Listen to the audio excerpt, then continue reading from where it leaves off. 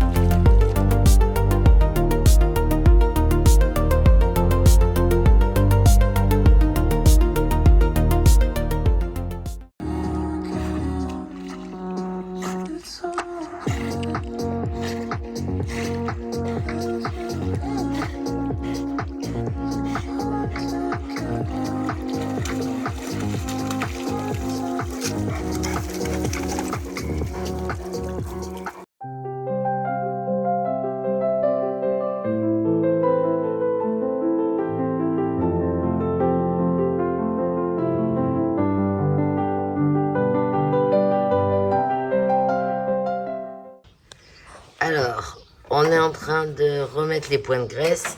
J'ai à peu près découvert où ils étaient. Histoire de comprendre tout ce qu'il faut faire pour entretenir le 4x4, ce qui n'est pas vraiment évident. Donc super Nico se remet parce que j'ai un problème sur la boîte aussi. Sur la boîte de transfert. La boîte de transfert. Une fuite d'huile. Il y a une fuite d'huile. Voilà, il pourra l'expliquer mieux que moi. Moi j'ai vu qu'il y avait un voyant qui s'allumait et qu'il y avait un bruit bizarre. Donc là il refait les points de graisse. On fait le graissage de tout ce qui est arbre de transmission. Va être graissé. Et enfin partout là où il y a besoin de mettre de la graisse via les graisseurs. Et puis voilà. Histoire qu'il soit tout neuf. Donc on a vidangé la boîte de transfert pour voir l'état de l'huile et puis voir le litrage qu'il y avait dans la boîte de transfert, voir s'il manquait de l'huile ou pas.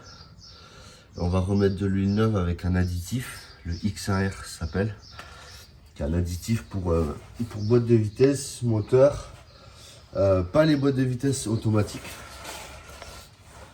Et ça permet d'avoir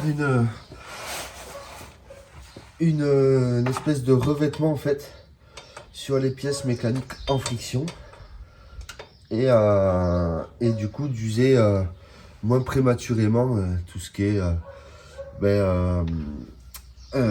mince, comment on appelle ça déjà, tout ce qui est engrenage, tout quoi. Donc voilà, on en est là pour le moment.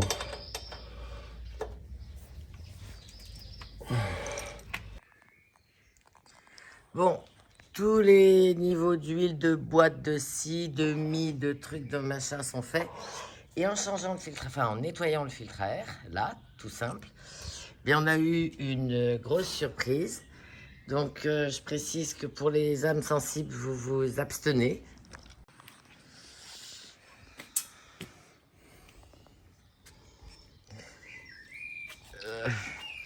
Une pauvre petite souris qui est venue se coincer dans le filtre à air.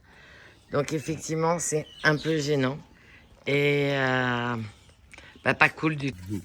Et ce qui est fou, c'est que le temps qu'on soit posé, elle avait commencé à faire son petit nid ici. Attends.